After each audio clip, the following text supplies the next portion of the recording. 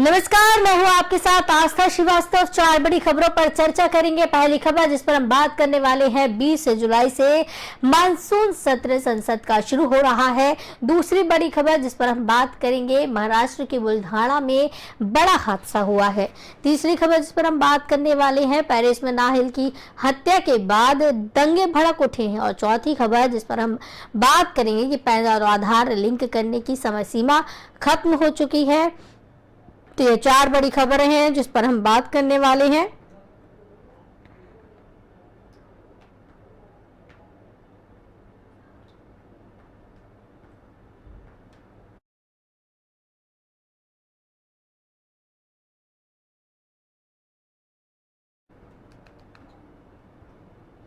संसद का मानसून सत्र 20 जुलाई से शुरू होगा। केंद्रीय संसदीय कार्य मंत्री प्रहलाद जोशी ने यह जानकारी दी है। उन्होंने ट्वीट किया, संसद का मानसून सत्र 2023 20 जुलाई से शुरू होगा और 11 अगस्त तक चलेगा। उन्होंने आगे लिखा है कि 23 दिन तक चलने वाले इस सत्र में कुल 17 बैठकें होंगी। मैं सभी पार्टियों से सत्र के दौरान संसद के विधायी और अन्य कामकाज में रचनात्मक योगदान देने की अपील करता हूं। खास बात यह है कि ये मानसून सत्र नए संसद भवन में चलेगा। पीएम नरेंद्र मोदी ने 28 मई को नई संसद का उद्घाटन किया था। माना जा रहा है कि मोदी सरकार इस सत्र में समान नागरिक संहिता यानी कि यूसीसी बिल पेश कर सकती है। यूसीसी कानून संबंधी बिल संसदीय समिति को भी भेजा जा सकता है। मानसून सत्र में कई और बिल पारित होने की संभावना है। इनमें राष्ट्रीय वित्तीय सूचना रजिस्ट्री, डिजिटल व्यक्तिगत डेटा संरक्षण विधेयक, दिवाला और दिवालियापन संहिता संशोधन बिल पेश हो सकते हैं। तो बता दें कि 20 जुलाई से संसद का मानसून सत्र शुरू होने वाला है। इस दौरान कहा जा रहा है कि यूसीसी बिल पेश हो सकता है। यूसीसी को लेकर देश में संग्राम मचा हुआ है। कई पार्टियां समर्थन कर रही हैं यूसीसी का, तो कई यूसीसी का विरोध कर रही हैं। तो इस मानसून सत्र में यूसीसी बिल के पेश होने की संभावना जताई जा रही है। 11 अगस्त तक ये सत्र चलने वाला है। इस सत्र में बताया जा रहा है कि कुल 17 बैठकें होंगी।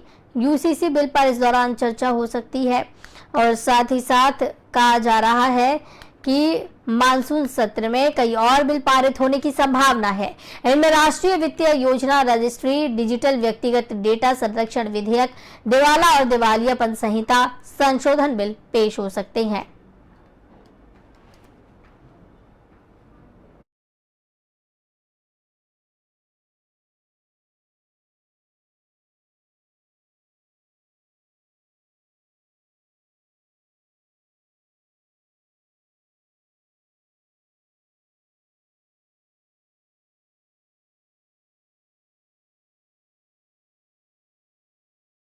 तो आपको बता दें कि संसद का मानसून सत्र 20 तारीख से शुरू हो सकता है। मानसून सत्र में केंद्र की मोदी सरकार समान नागरिक संहिता को लेकर बिल पेश कर सकती है।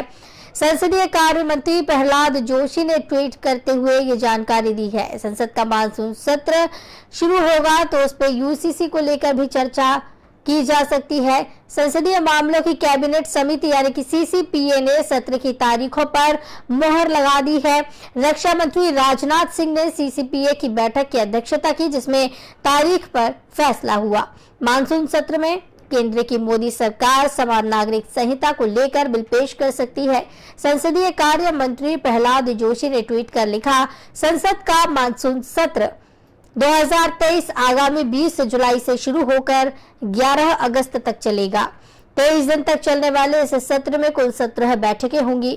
मैं सभी पार्टियों से सत्र के दौरान संसद के विधायी और अन्य कामकाज में रचनात्मक योगदान देने की अपील करता हूं। मानसून सत्र में मोदी सरकार समान नागरिक संहिता को लेकर बिल पेश कर सकती है। पीएम मोदी के हाल ही में यूसीसी को लेकर दिए बयान के बाद इसे लेकर अटकलें तेज हो गई हैं। 27 जून को पीएम मोदी ने भोपाल में कहा था कि जब घर में 2 कानून होने से घर नहीं चल सकता तो दोहरी व्यवस्था से देश कैसे चल सकता है। पीएम मोदी के बयान को यूसीसी के पक्ष में पिच तैयार करना माना जा रहा है। संसद सत्र के पहले कांग्रेस भी अपनी तैयारियों में जुटी हुई। यूसीसी पर पीएम मोदी के बयान के बाद से ही कांग्रेस केंद्र पर हमलावर है। ऐसे में संसद में इस मुद्दे पर ग्रैंड ओल्ड पार्टी के रुख का अंदाजा लगाया जा सकता है। मानसून सत्र को लेकर आज कांग्रेस की संसदीय समिति की बैठक भी सोनिया गांधी की अध्यक्षता में हुई। दिल्ली में ट्रांसफर पोस्टिंग के मामले पर उपराज्यपाल को शक्तियां देने वाले विधेयक को लेकर मोदी सरकार को विरोध का सामना करना पड़ सकता है। दिल्ली के मुख्यमंत्री अरविंद केजरीवाल इस मामले पर पूरे देश में घूम घूम कर बीजेपी विरोधी दलों से मिल रहे हैं और समर्थन मांग रहे हैं। केजरीवाल ने कांग्रेस से भी विधेयक का विरोध करने को कहा है, लेकिन अभी तक पार्टी ने अपना रुख साफ नहीं किया है। तो बता दें आपको कि मानसून सत्र 20 जुलाई से शुरू होने वाला है और इस सत्र में 17 बैठकें होंगी। संसद का मानसून सत्र 20 जुलाई से शुरू होगा और 11 अगस्त तक चलेगा। संसदीय मामलों की कैबिनेट समिति ने सत्र की तारीखों पर मोहर लगा दी है। रक्षा मंत्री राजनाथ सिंह ने सीसीपीए की बैठक की अध्यक्षता की, जिसमें तारीखों पर फैसला लिया गया। मोदी सरकार समान नागरिक संहिता यानी कि यूसीसी को लेकर बिल पेश कर सकती है। मानसून सत्र में 17 बैठकें इसमें होगी और खास बात यह है कि नई संसद भवन में यह मानसून सत्र शुरू होगा। मई में ही प्रधानमंत्री नरेंद्र मोदी ने संसद भवन का शुरुआत किया था। तो बता दें कि 20 जुलाई से यह सत्र नई संसद भवन में शुरू होगी। सभी दलों से मानसून सत्र के दौरान विधायी कामकाज और अन्य विषयों पर सार्थक चर्चा में योगदान देने का आग्रह किया गया है। प्रहलाद जोशी ने एक ट्वीट में कहा कि मानसून सत्र 23 दिनों तक चलेगा। इसमें 17 बैठकें होंगी। इससे पहले संसद के सूत्रों के हवाले से बताया गया था कि संसद पुरानी इमारत से कामकाज करना शुरू कर सकती है और फिर बाद में नई इमारत में चली जाएगी। संसद की नई इमारत का उद्घाटन 28 मई को प्रधानमंत्री नरेंद्र मोदी ने किया था। इस बार के मानसून सत्र के हंगामेदार रहने की उम्मीद है, क्योंकि विपक्षी दल अगले साल होने जा रहे लोकसभा चुनाव के मद्देनजर पीएम मोदी के नेतृत्व वाली बीजेपी के खिलाफ एकजुट मोर्चा बनाने के लिए तैयारी कर रही हैं।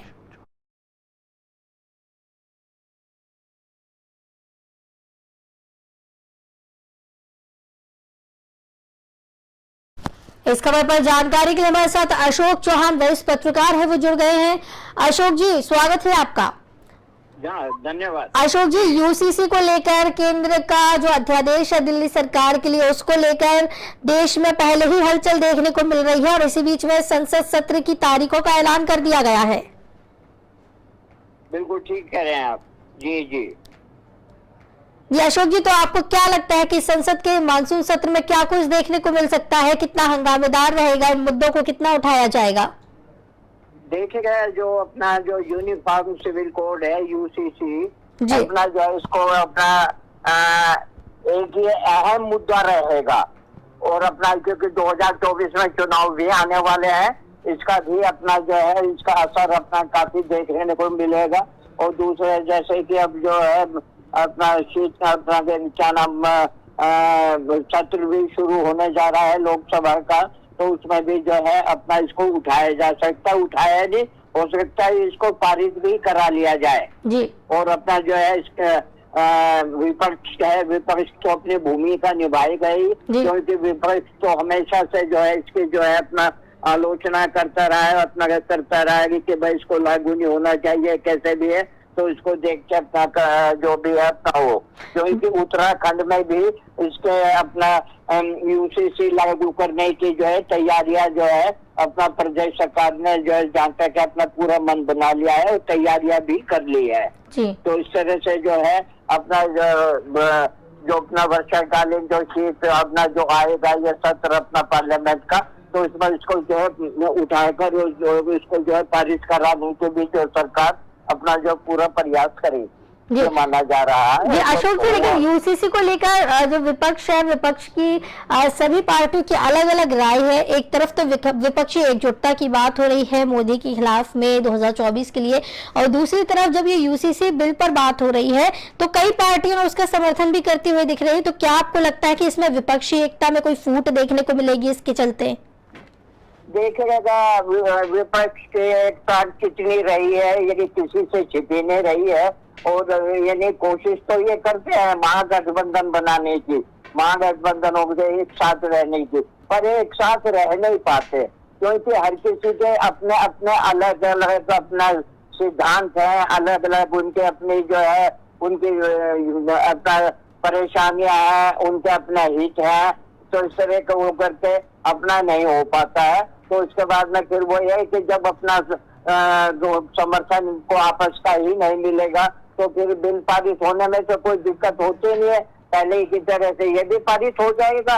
उनका अपना रहा इनका गठबंधन का आगे दिया होगा, गठबंधन का हासिल वही होता रहा है जो किसी से छिपा नहीं है, आप भी जानते हैं और जनता भी जानती है। जी जी बिल्कुल, एक तरफ विपक्षी एकता है, दूसरी तरफ तमाम मुद्दे हैं, यूसीसी हो या केंद्र का अध्यादेश हो, कहीं समर्थन है तो कहीं पे विरोध भी यहाँ देखने को मिल रहा है। सबसे बड़ा सवाल लेकिन अशोक जी यहाँ पर ये बना हुआ है कि जिस तरीके से यूसीसी पर बात चल रही है, जिस तरीके से इसे पारित कराने की बात चल रही है, प्रधानमंत्री नरेंद्र मोदी ने मध्य प्रदेश में इसको लेकर जिस तरीके से बात की है, कहा जा रहा है कि ये बिल सिर्फ इसलिए लाया जा रहा है क्योंकि 2024 के चुनाव नजदीक है। देखिएगा ये तो कहा ही जाता है। और बात सुनो, यानी जो अपना सत्ता सिंह जो अपना दल होता है वो कुछ ना कुछ तो अपने हाथ में रखेगा ना कि आगे उसको चुनाव भी जीतना है, आगे उसको चुनाव भी लड़ना है। और ऐसा है कि हित में है, अहित में नहीं है। अपना जो है तो गवर्नमेंट बैठी है, गवर्नमेंट चला रही है, वो इस तरह से जो है कोई गलत बिल नहीं लाएगी। अच्छा, विपक्ष का है अपना, उसका काम अपना इसका विरोध करना है, या हम तो कहते हैं अच्छाई है तो अच्छाई को अच्छाई कहना चाहिए। और अगर कोई उसमें बुराई दिखाई देती है तो उसको कहिएगा इसमें ये बुराई है, इसका समाधान किया जाए। अब ये नहीं कि आंख मूंद के हम जो है अपना उसका विरोध करें या उसका समर्थन करें, ये भी गलत होता है। जो अच्छा है, अच्छे काम को अच्छा कहने में हिम्मत भी हर किसी को रखनी चाहिए, चाहे पक्ष हो या फिर विपक्ष हो। जी चलिए, बहुत बहुत धन्यवाद अशोक जी हमारे साथ जुड़ने के लिए और ज़्यादा चर्चा के लिए, ज़्यादा जानकारी के लिए। तो आपको बताते चले कि देश में यूसीसी और दिल्ली सरकार के खिलाफ केंद्र के अध्यादेश के लेकर वैसे ही बवाल मचा हुआ है। 20 जुलाई से इसी बीच में संसद के मानसून सत्र की शुरुआत होने की बात कही जा रही है। कहा जा रहा है कि 20 जुलाई से ये शुरू होगा और 11 अगस्त तक संसद का सत्र चलेगा। इस दौरान यूसीसी बिल को पेश किया जा सकता है।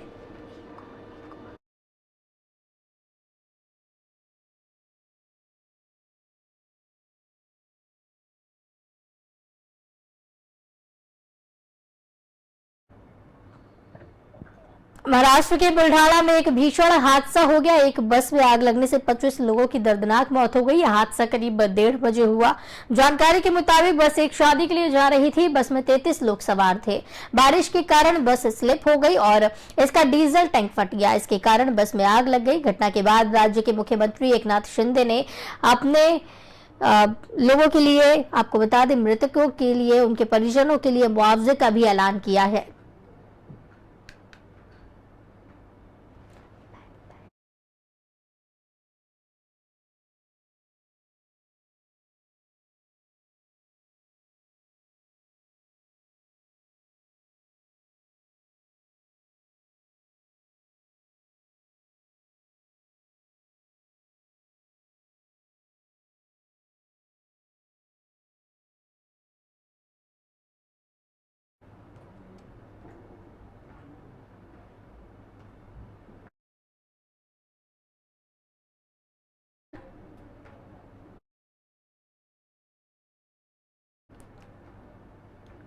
फ्रांस में 17 साल के नाहिल की हत्या के बाद दंगे भड़क उठे हैं। ट्रैफिक जांच के दौरान नाहिल की हत्या का वीडियो सामने आया। मंगलवार सुबह नाहिल ट्रैकिंग के लिए रुका नहीं, उसने अपनी मर्सिडीज आगे बढ़ा दी। इस पर पुलिस कर्मियों ने पॉइंट ब्लैंक पर उसे गोली मार दी। नाहिल की मौत हो गई। वो अपनी मां का इकलौता बेटा था और टेक अवे डिलीवरी करता था। अल्जीरियाई मूल के नाहिल का कोई क्रिमिनल रिकॉर्ड नहीं था। इस घटना ने फ्रांस को झकझोर कर रख दिया। वहां के कई लोग गुस्से में है। वहां पर आक्रोश देखने को मिल रहा है। पेरिस में लगातार तीसरे दिन लोगों ने बड़े पैमाने पर प्रदर्शन किया है। प्रदर्शनकारियों ने डिवाइडर लगाकर सड़कें ब्लॉक कर दी हैं। आगजनी की और पुलिस कर्मियों पर पटाखे फेंके। पुलिस ने आंसू गैस के गोले छोड़े और पानी की बौछारें यहाँ की, जिसकी तस्वीरें सामने आई हैं। रिपोर्ट्स के मुताबिक करीब 1100 से ज्यादा लोगों को गिरफ्तार किया जा चुका है। झड़प की घटनाओं में 200 पुलिसकर्मी अधिकारी घायल हुए हैं। लगातार तीसरे दिन लोगों का धरना प्रदर्शन देखने को मिला। चेकिंग के दौरान नाबालिग को गोली मारी गई थी। पुलिस कर्मियों ने पॉइंट ब्लैंक पर गोली मारी। नाहिल की हत्या के बाद दंगे भड़क उठे थे और आज लगातार तीसरे दिन भी वहां पर प्रदर्शन जारी है।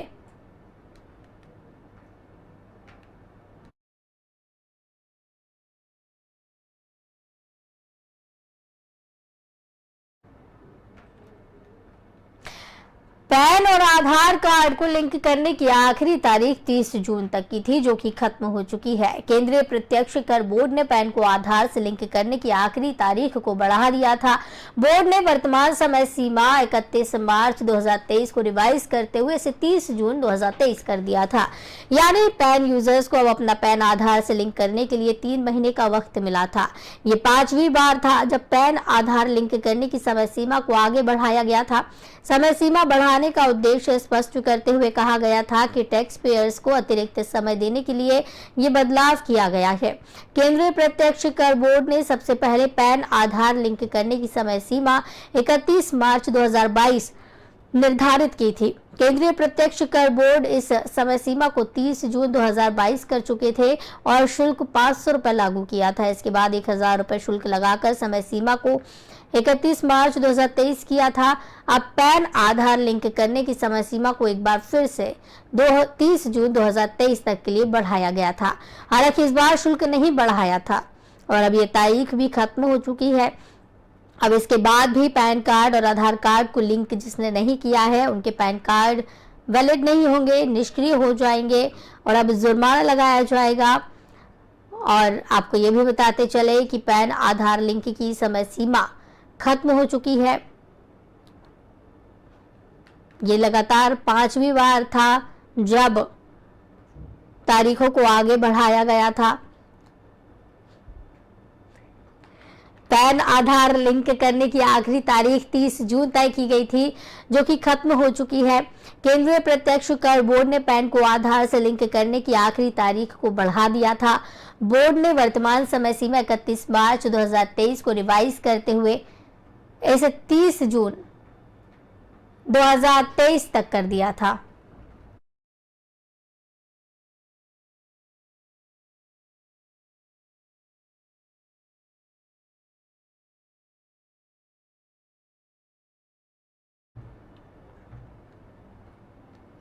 तो 4 बड़ी खबरों पर आज हमने चर्चा की है। फिलहाल मेरे साथ इतना ही। आप बने रहिए पी न्यूज के साथ। नमस्कार।